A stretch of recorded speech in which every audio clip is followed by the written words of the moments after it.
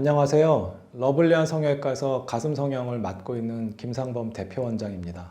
흔히들 이제 생각하시는 것 중에 하나가 피막이 생기는 게 비정상인지 알고 계신 경우가 많은데 우리 몸에 어떤 보형물이 들어가게 되면 그 보형물 둘러싸는 피막이 반드시 생기고요. 이물질이 우리 체내에 들어오지 못하게 하려고 면역 기전에 의해서 피막이 형성되는 게 정상이죠. 그 피막이 얇게 유지되면 괜찮은데 수축이 되게 되면 구형구축이 발생합니다. 그래서 피막이 아예 안 생기는 경우는 절대 없고, 피막이 많이 생기지 않게, 피막이 얇게 생성이 돼서 수축이 생기지 않게 하는 게 가장 중요한 것인데, 구형구축일 경우에 이제 피막 제거 갖다가 얼마나 할 것이냐는 노하우가 조금씩 다 있는데, 저 같은 경우는 구형구축이 있다고 판단이 되면 제거할 수 있는 최대한 피막을 거의 다 제거하는 걸 원칙으로 하고, 대신에 피막을 제거하는 거는 시간도 많이 걸리고 생각보다 약간의 그 위험성도 갖고 있습니다. 왜냐하면 피막 조직이 흉터 조직이기 때문에 피막 제거를 할 때 어느 정도 그 출혈의 위험성이 동반이 되거든요. 결국 핵심은 뭐냐면, 피막을 제거를 많이 하게 되면 그만큼 출혈이 될 위험성은 올라가고, 피막을 다 제거해도 피가 나지 않게 깔끔하게 잘 제거하는 것이 이제 노하우라고 할 수 있습니다.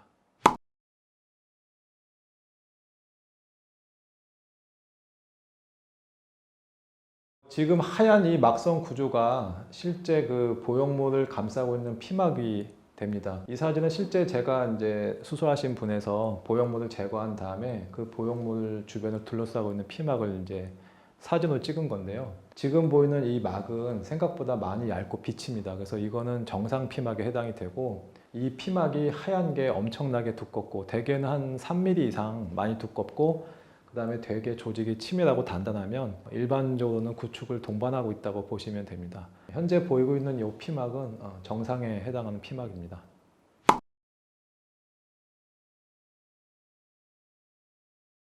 가슴 보형물을 언제 반드시 제거해야 되느냐, 여러 가지 의견이 있을 수 있는데, 일단은 보형물 때문에 염증이 난 경우는 반드시 제거가 필요하고, 두 번째는 이제 구형구축이 심한 경우도 보형물 제거에 이제 적응증이 됩니다. 세 번째는 이제 보형물 파열이 의심되는 경우인데, 이 경우가 가장 그 논란의 여지가 많은 것이, 일반적으로 이제 방사선 검사, 즉 MRI나 초음파 검사상 보형물이 터졌다고 소견을 내서 이제 가지고 오신 경우가 많은데, 실제로 수술방에서 들어가서 보면 보형물이 터지지 않은 경우도 대단히 많습니다. 그래서 보형물이 아주 미세하게 터진 경우에는 확진이 쉽지는 않고요. 대개 또 1년마다 한 번씩 MRI 검사하는 게 좋다고 하긴 하지만, 실제는 그 비용이 너무 많이 들기 때문에 제가 볼 때 1년에 한 번씩 검사하는 것도 약간 너무 과하지 않은가.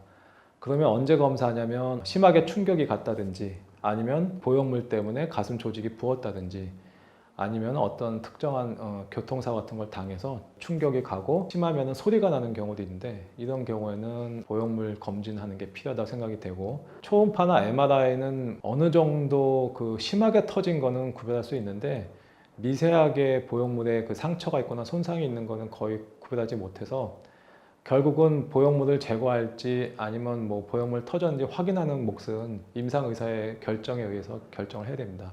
방사선 소견과 임상 소견이 둘 다 일치할 때, 그때만 저는 보형물 파열을 확인하기 위해서 수술하는 걸 권유하고, 단순 방사선 검사 소견만 가지고서 보형물 파손 의심을 해서 수술방 들어가는 거는 별로 좋지 않다고 생각을 합니다.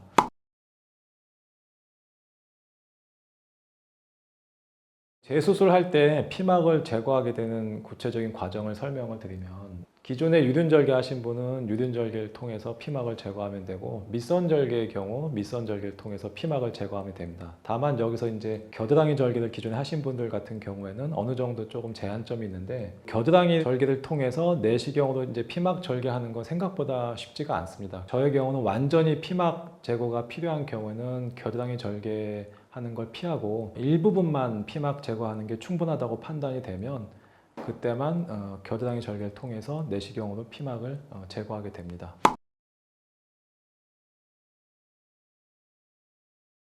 구형구축이 생기는 원인은 대단히 흔하고 많은데요. 불행하게도 처음에 수술을 받은 결과가 피막이 얇게 생기지 않고 두껍게 생기고, 그로 인해서 완전히 이제 수축돼서 동그랗게 뭉쳐지게 되고, 실제 만져보면 감촉이 대단히 딱딱하고 돌같이 느껴진 경우도 많습니다. 대개의 경우는 뭐 원인이 된 피막을 다 제거할 수밖에 없고요. 보형물이 들어가서 생긴 피막 중에 상부에 있는 피막을 완전히 제거해줘야만 올바른 모양이 나오게 되죠. 그래서 피막을 다 제거한 다음에 이제 원상복귀 시켜가지고 이쁜 모양을 만들었는데 가장 궁금해하시는 게 다시 구형구축이 생길 확률이 더 크지 않을까 걱정을 많이 하시거든요. 근데 실제 구형구축이 더 생길 수 있는 확률은 아무래도 한 번 생기신 분이 두 번째 해도 또 발생할 확률이 많습니다. 그거는 이제 뭐 본인 체질 때문에 그런 것도 있고 이전에 이제 구축이 된 피막 주변에 있는 그 조직 때문에 그럴 수도 있거든요. 그래서 이제 구축이 되신 분을 다시 할 때는 보형물이 들어갈 공간을 좀 크게 만들면 아무래도 이제 구축될 확률이 훨씬 적어지게 되겠죠.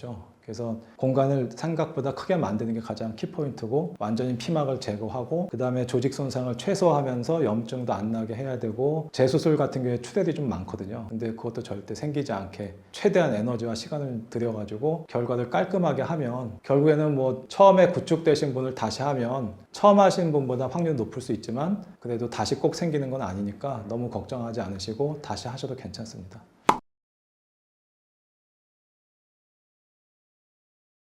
재수술하는 가장 흔한 원인은 이제 비대칭의 경우 어떻게 수술하냐면 아까 제가 말씀을 드렸지만 좌우 흉곽의 차이가 있을 수는 있거든요. 근데 그거를 감안하고 본인 유두 위치까지 다 감안을 해서 새롭게 방을 다시 만들면 됩니다. 그러니까 특정 부위가 올라가 있거나 내려가 있거나 하면은 다시 포켓을 만들 때 새로 이제 방을 키우게 되면 양쪽을 맞출 수 있게 되고요. 이때 가장 이제 중요한 거는 얼마나 이제 그 캡슐을 갖다가 보존하거나 제거할 것이냐인데 구축이 없고 그냥 비대칭만 있는 경우는 굳이 다 모든 피막을 다 제거할 필요는 없고요. 그 비대칭을 만드는 원인이 되는 피막 부위만 교정하면 됩니다.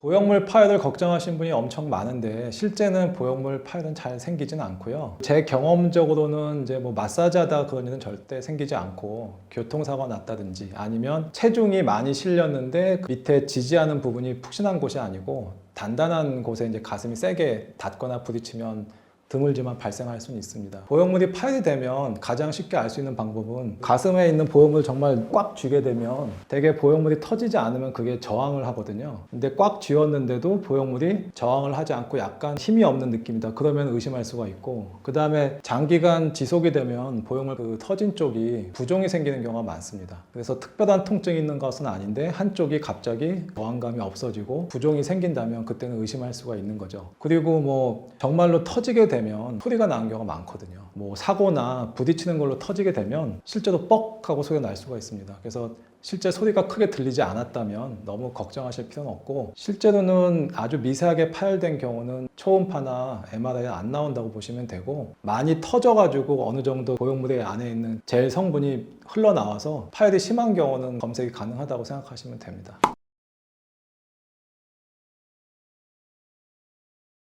사이즈 교정 때문에 다시 하시게 되는 경우는 사이즈가 되기는 작거나 커서 하시는 경우가 많은데 결론부터 말씀을 드린다고 하면 사이즈를 줄이시는 거는 대단히 쉽거든요. 그냥 기존의 보형물 갖다가 제거하고 작은 걸 넣으시면 되고 만약에 키우신다고 하면 작은 보형물이 들어간 공간에는 이제 주변을 둘러싸고 있는 피막이 작은 공간을 만들고 있기 때문에 큰 보형물 넣게 되면 아무래도 공간이 모자르기 때문에 다시 확장하는 걸 해야 됩니다. 결국에는 보형물 사이즈를 키운다고 하시게 되면 주변을 둘러싸고 있는 피막 을 다시 일정 부분 제거하면서 수술을 다시 해야겠죠. 그래서 줄이는 거는 쉬운데 키우는 거는 뭐 그렇게 쉬운 건 아니라고 말씀드릴 수가 있습니다.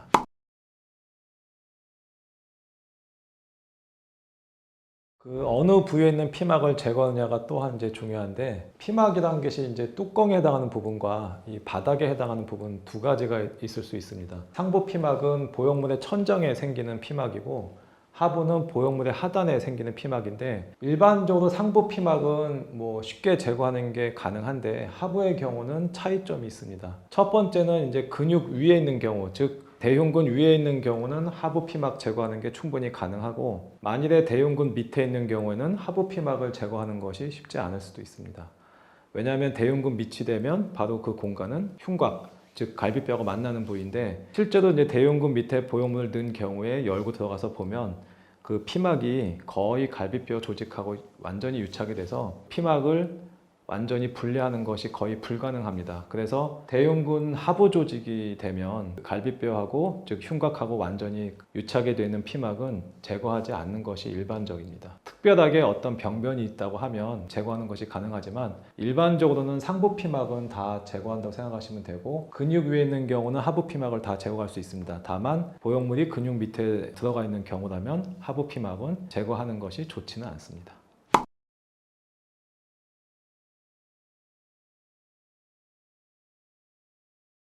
가슴 보형물을 이제 삽입한 뒤에 나중에 어떤 원인이 생겨서 이제 보형물을 제거하는 경우 과연 처음 내 가슴 모양이 복원이 될 수 있느냐? 답부터 말씀을 드리면 한 7, 80% 정도 그 원래 가슴이 크지 않으셨던가 아니면은 피부에 늘어짐이 없는 경우는 본래 가슴의 모양이 가깝게 회복이 되는데 만약에 피부가 너무 많이 확장이 되는 분이라고 하면 보형물을 제거한 다음에는 원래 모양의 가슴이 나오지 않는 경우도 있습니다. 일부분에서는 원래 모양이 복원이 되는 것이 아니기 때문에 단지 그 어떤 부작용, 합병증이 없는데도 그냥 보형물 제거가 본인 의사에 의해서 원해서 한다고 하시면 신중하게 결정하시는 것이 중요합니다.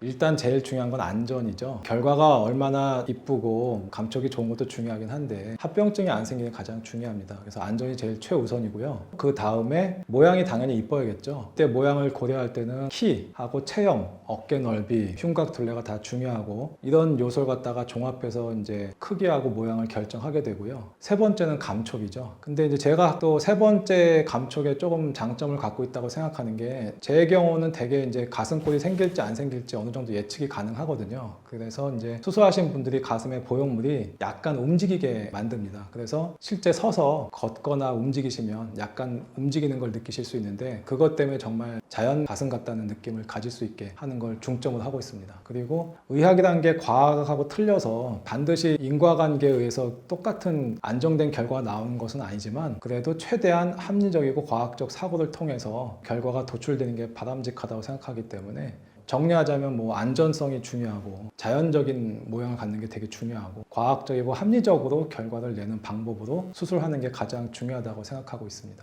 감사합니다.